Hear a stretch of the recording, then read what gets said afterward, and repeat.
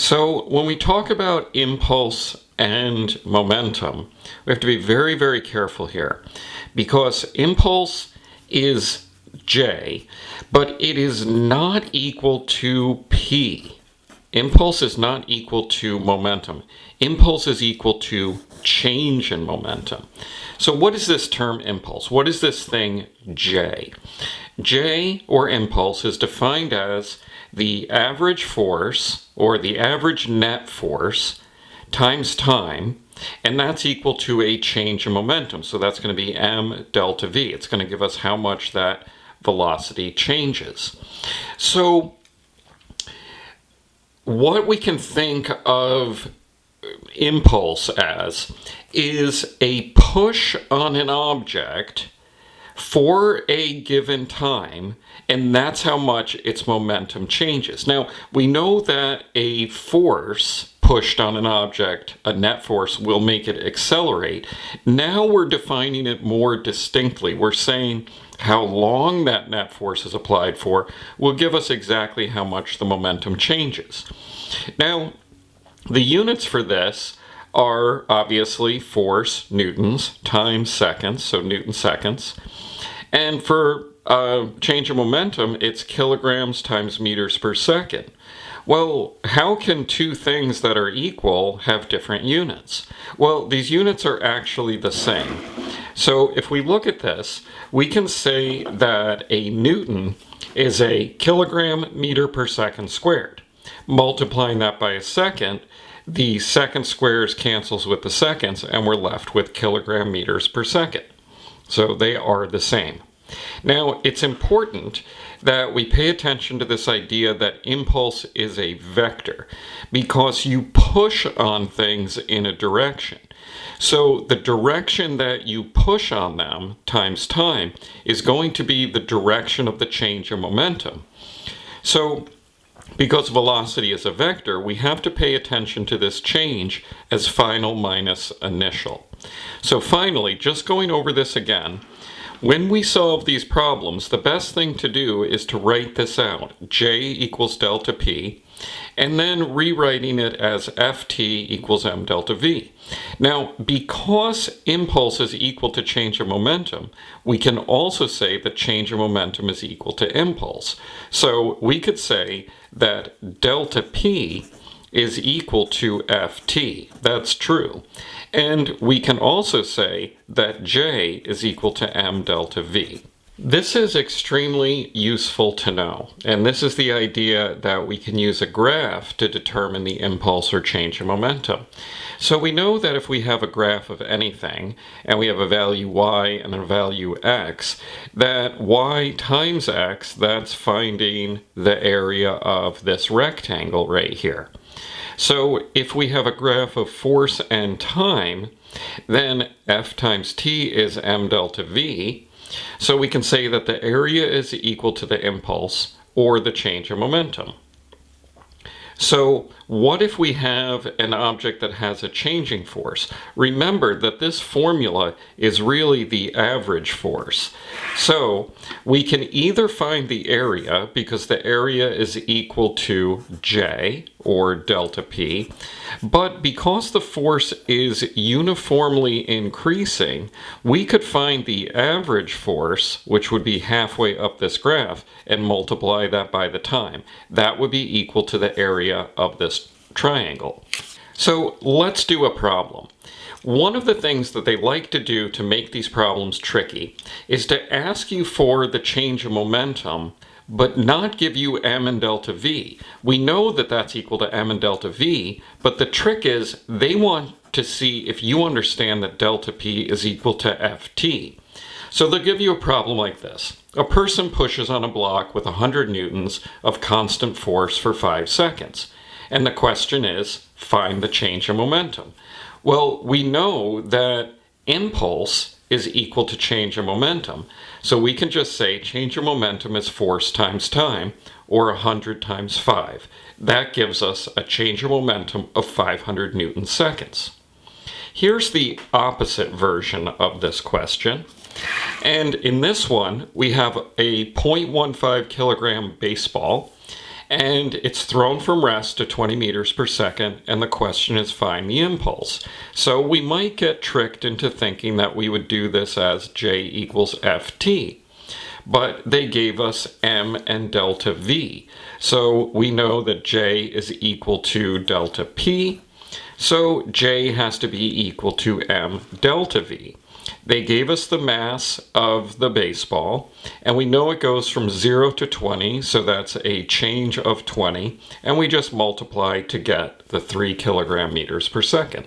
Because impulse and change in momentum are vectors, we have to be very careful about direction, especially when we deal with bouncing objects. So let's take a look at an example such as a ball that's thrown at a wall, it hits the wall, and it bounces back at 2 meters per second. So its initial velocity, vi, is 5, and its final velocity is what? -2. So the question is, find the impulse. Well, they gave us m, and we can calculate delta v. So we're actually going to find J by doing m delta v. So we have J equals delta P, and we have J equals m delta v. But let's be very careful about finding our change in velocity. So our change in velocity is defined as final minus initial. So our final is -2 minus a +5. That gives us a change of -7. So when we put this into the formula, the half kilogram ball times -7, that gives us a value of -3.5 kilogram meters per second. Well, what does this negative mean? It means that the impulse of the wall was applied to the left. So let's just look at this idea again. If we drop a ball, it hits the floor and it bounces up. What's the change in velocity? It's not 0. It went down initially at 5. It had to slow down 5, 4, 3, 2, 1, 0. Then it had to speed up 0, 1, 2, 3, 4, 5. So what's the change in velocity? The change in velocity is 10. Whereas here, if the ball falls down, let's say it's a lump of clay, that's typically how they ask these questions. The ball falls down, hits the floor, and just sticks to the floor. It went from 5, 4, 3, 2, 1, 0. So our change in velocity in this case would be 5. I'm doing the magnitude, not the direction. So which one has the greater change in momentum? The one that has the greater change in velocity. Why do cars have airbags? Or why do cars have bumpers that compress when they crash into something? Or why do cars crumple up? The original cars would actually not crumple. Their bumpers were made out of steel, and the cars would stop very quickly. So what's the purpose of all of this, of airbags, bumpers, and crumple zones? Well, the purpose is this. When you get in an accident, you can't change the mass of the person that's in the car. And if you crash, let's say you're going 20 meters per second and you crash into a tree or something like that, you stop, your change in velocity is going to be -20. So this is fixed. So if you don't want to get hurt, you only have one thing left to change, and that's the time of impact. So it may seem strange, but to survive a crash, you want to increase the time of the crash. So what can you do to increase that time? Well, the airbag lets you come to rest slower. It builds in time. Also, the bumper scrunching up or the crumple zone scrunching up. All of those increase the time of the collision. So if this is the same and the time of the collision goes up, then the other thing that has to change is the force. The force goes down. So you get more time but less force, so that means that your body ends up experiencing less force, so you survive, or you experience less pain in that situation.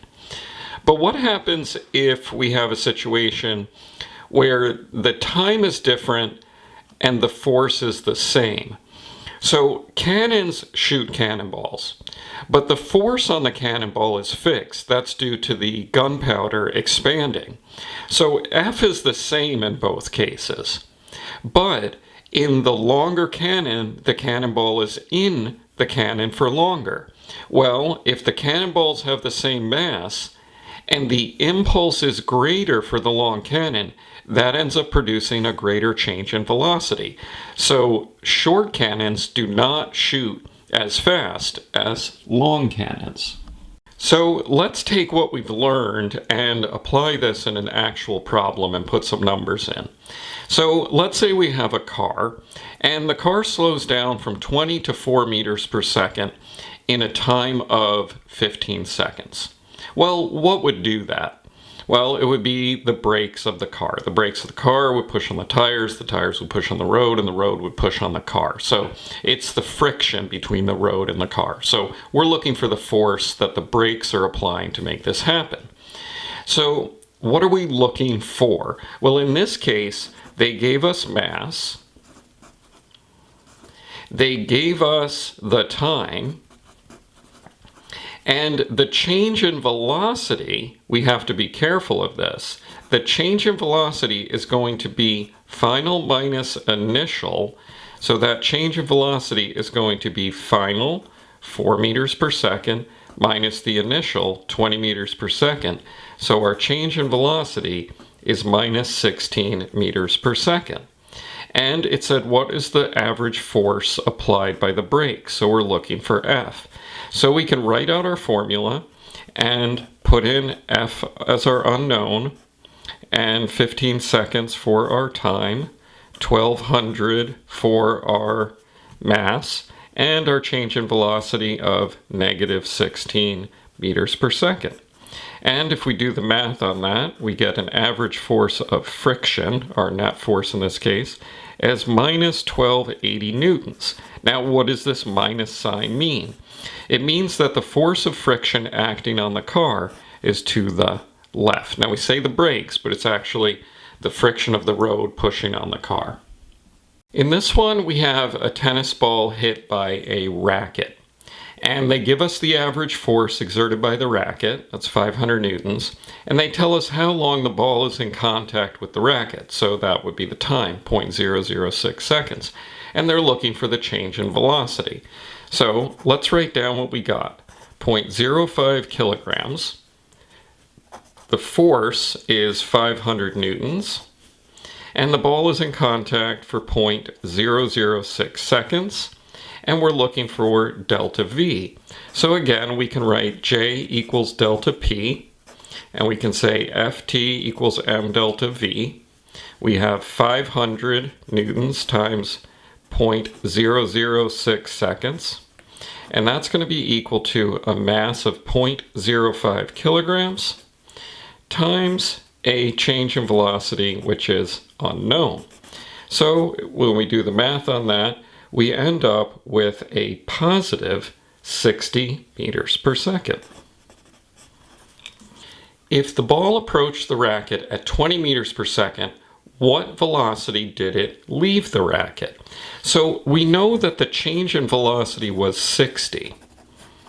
So the question is, if it comes in at 20, what speed does it leave at? VF is question mark. I already wrote the answer there. So we have change in velocity is equal to VF minus VI, and our change is 60 meters per second. Our final velocity is unknown, and we have a minus 20 meters per second. So we have to be careful because we're saying to the left is negative, so that 20 is negative. And we get a plus 40, we subtract that, plus 20, we subtract that to the other side, which gives us a plus 40 meters per second. We have said all along through the forces unit that F net equals ma, and this is true. This is true. But we called this Newton's second law. So we've been saying that a net force gives rise to an acceleration. In other words, a net force produces a change in velocity. But Newton never actually wrote this formula as F net equals ma. Instead, he thought of it as F net equals m dv dt, because this is the instantaneous acceleration. And if we look at m dv, we can call that the change in, or the derivative of momentum. So we can write this as dp over dt. And this is how Newton actually thought of it. He said that the net force at a moment in time, that's the rate of change of momentum. We can also look at force and time as an integral. So before we graphed force and time with a rectangle, or in this case a square, and we just said F times the time interval, F times delta t. But what happens if we end up with a function for force in which the force actually changes with time? So we have a t naught to a t final. Well, now to find this area, we can't just do the rectangle method or the triangle. We actually have to take the integral of this function of force, and we do that from t initial to t final with respect to time. Let's look at an example of that. Let's say we have a force function of 4x cubed minus 6x squared plus 3x. So this is how the force is changing in time. And the question is, what's the change in momentum from 0 to 1 seconds? Well, we know that impulse is the integral of force with respect to time. And we also know that that impulse is equal to change in momentum. And we know that this happens from t naught to t final. So we set up our integral. We integrate from 0 seconds to 1 second, and then we integrate our function. Integrating these, I already did it. The integral gives us x to the fourth minus 2x cubed over 1.5x squared.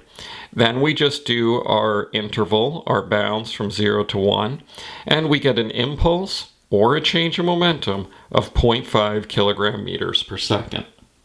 There is a question that I didn't cover during the conservation of momentum unit. That's actually a fairly rare question to come up, but it is important to know how to do this one. Let's say we have a little cart that's rolling along the ground, and it acts like a sort of a bucket, and it has a mass m, and it's rolling along at velocity v.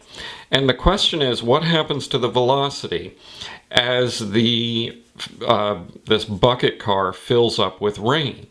So we know that the momentum before this happens has to be equal to the momentum after. So what have we done to the car? Well, we've increased the mass, so to conserve momentum, the velocity has to go down. Now, the p before has to still equal the p after.